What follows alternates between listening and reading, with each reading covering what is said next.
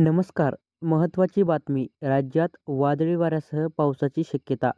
राज्यात एकीकडे उन्हाळ्याच्या झळा तीव्रता वाढली असतानाच हवामान खात्याकडून एक नवीन अपडेट राज्यासाठी आली आहे. राज्यातल्या काही भागांमध्ये वादळी वाऱ्यासह पावसाची शक्यता हवामान विभागाने वर्तवली आहे. दरम्यान रविवारी राज्यातील बहुतांश भागांमध्ये ढगाळ वातावरण होते. सायंकाळी मात्र आकाशात ढगांची गर्दी झाली होती, पण पाऊस नाही आला. पुढील 24 तासात राज्यात वादळी वाऱ्यासह पावसाची शक्यता आहे. हवामान खात्याकडून मिळालेल्या माहितीनुसार येत्या 24 तासात वादळी वाऱ्यासह पावसाची शक्यता वर्तवण्यात आली आहे. त्या 24 तासांसाठी हा इशारा दिला आहे. प्रचंड उष्णता वाढली आहे. हवामानाची स्थिती सातत्याने बदलत होत आहे. बऱ्याच ठिकाणी तापमान घटलेले दिसून येत आहे. काही ठिकाणी उकाडा जाणवत आहे.